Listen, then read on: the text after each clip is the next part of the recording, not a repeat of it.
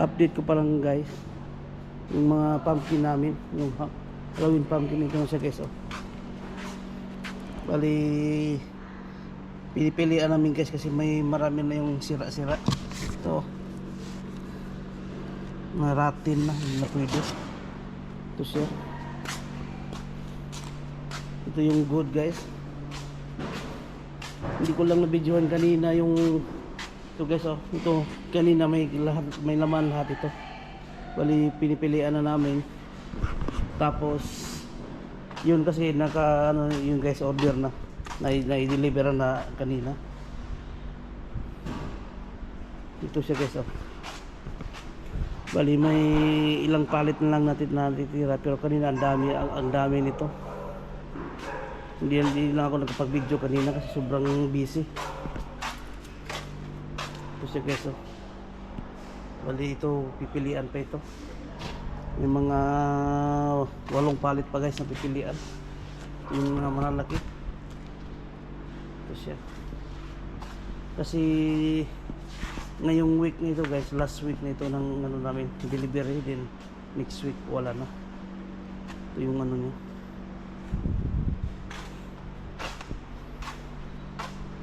So bali yung guys, yung season ng pumpkin ano ito guys, mag-start kami magtatanim ng July, 3rd week sa July. Then ma-harvest namin yan second week, first week September guys, hanggang October yan. Din yun wala na. So ito yung na-sort namin kanina guys, oh. So yung medium size guys na pumpkin. Ito ang ganda, medium size ito. So bali kung bibilhin mo ito guys, baka nasa mga $18 ito guys, yung ganito kalalaki. Depende sa size nya. Ito yung large, maganda rin.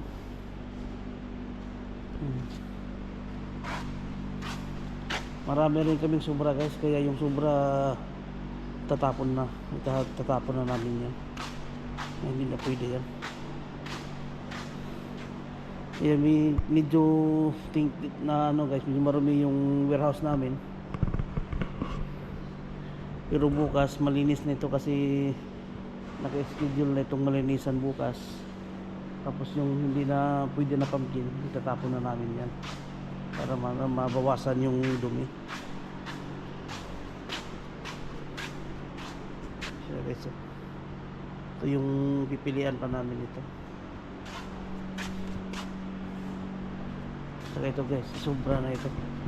Yung iba-iba yung itsura. Yan.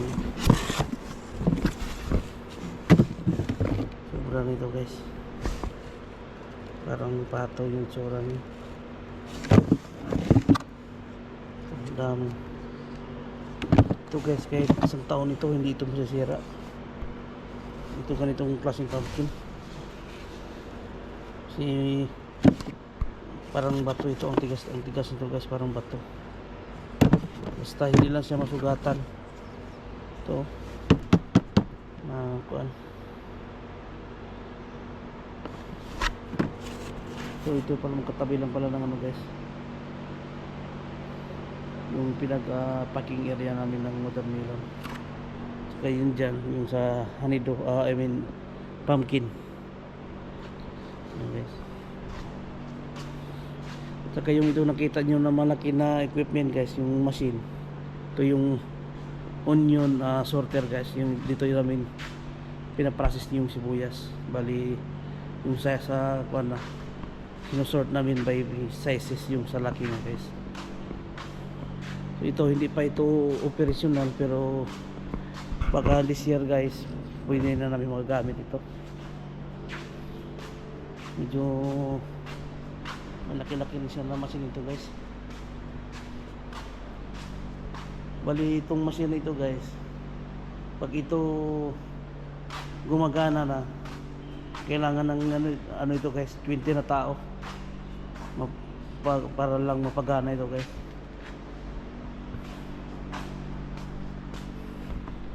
So, marami pang kailangan na guys. Marami pang trabaho.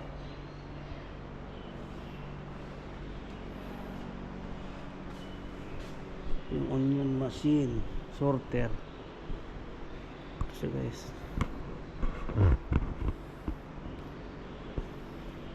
ito nabili namin ng boss namin ito guys, galing ito sa California. Use second hand ito guys, pero okay pa rin siya, pero hindi pa namin nasubukan dito guys, kasi this year sana guys, hindi siya natapos na inano ng mechanic namin kasi ang daming kulang na parts na kailangan. Pero hopefully guys, this year maayos na ito, para next year okay na siya. Excited ako guys na ano ito guys, personal na ito, para ipakita ko sa inyo kung paano magano ng sibuyas dito. Sa ngayon wala pa ito guys, wala pa, hindi pa pwede, marami pang trabaho kailangan. So ito yung warehouse nito guys, malaking warehouse ito guys. Bali yung ano namin dito, bali dalawang warehouse ito guys, sa isang office building. Yung sa kabila, yun yung mechanic shop building guys, at saka yung office building andun sa taas, hindi makikita dito. Ganda yung view dito guys.